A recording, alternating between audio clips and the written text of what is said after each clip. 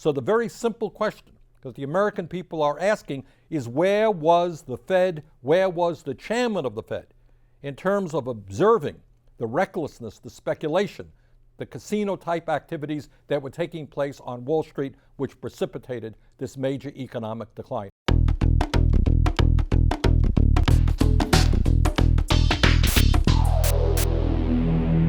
I absolutely will not vote for Mr. Bernanke. He is part of the problem. He is the smartest guy in the world. Why did he do anything to prevent us from sinking into this disaster that Wall Street caused and which he was a part of? No, I will not vote for Bernanke to stay on as chairman.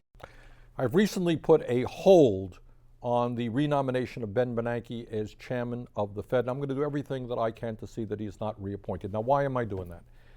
I'm doing that because this country today is in the midst of the worst economic crisis we have been in since the Great Depression. 17% of our people are unemployed or underemployed.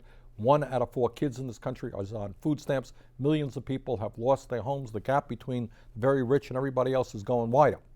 Now, while the trend of a collapsing middle class has taken place for many, many years, obviously, this recession was precipitated by the greed, recklessness, and illegal behavior on Wall Street a little over a year ago.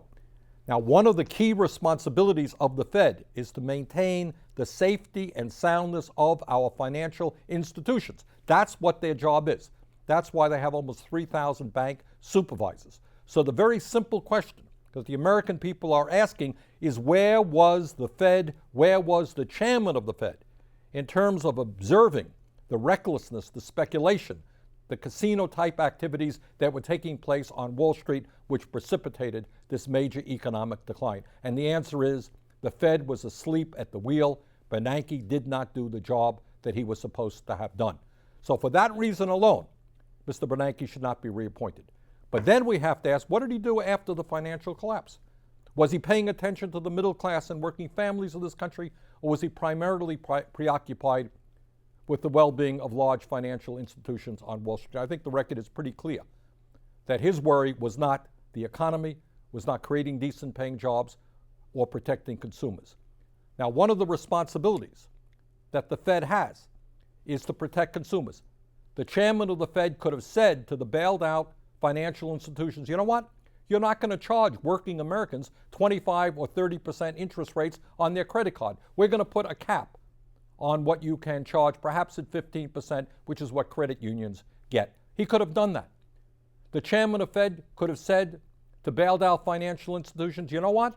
You're not going to be paying out huge compensation packages to the CEOs, but what you are going to be doing is providing low interest loans to small and medium-sized businesses who today are starving for that credit so they can go out and create the jobs that our economy desperately needs. Now, since the bailout, which was brought about, as you know, because institutions were, quote unquote, too big to fail. Well, you know what happened to these big institutions? They became bigger. 3 out of the 4 largest banks in this country are bigger now than they were before the bailout. Well, that's pretty crazy to me. That means there's more systemic risk to our economy if these guys go under. The chairman of the Fed should be doing what they're doing in the United Kingdom, what many economists are calling for right now, and that is if an institution is too big to fail, it's too big to exist, let's start breaking them up. And lastly, what this chairman, Mr. Bernanke, is not doing is providing the kind of transparency that the American people want regarding this very, very powerful institution called the Fed.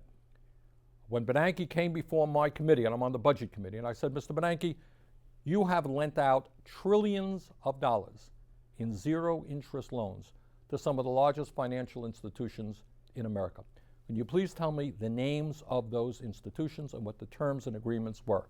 And Mr. Bernanke said, no, not going to tell you. Well, I happen to think the American people are entitled to have that information, and Bernanke is not giving it to us. So we need a new chairman, somebody who is going to pay attention to small and medium-sized business, somebody who's going to do everything that he or she can to grow our economy, create decent paying jobs, somebody who's going to protect consumers against outrageously high interest rates on their credit cards, and somebody who is going to stand up for ordinary people. So I'm going to do my best to see that Mr. Bernanke is defeated, and I hope in that process I can have the support of millions of people throughout this country.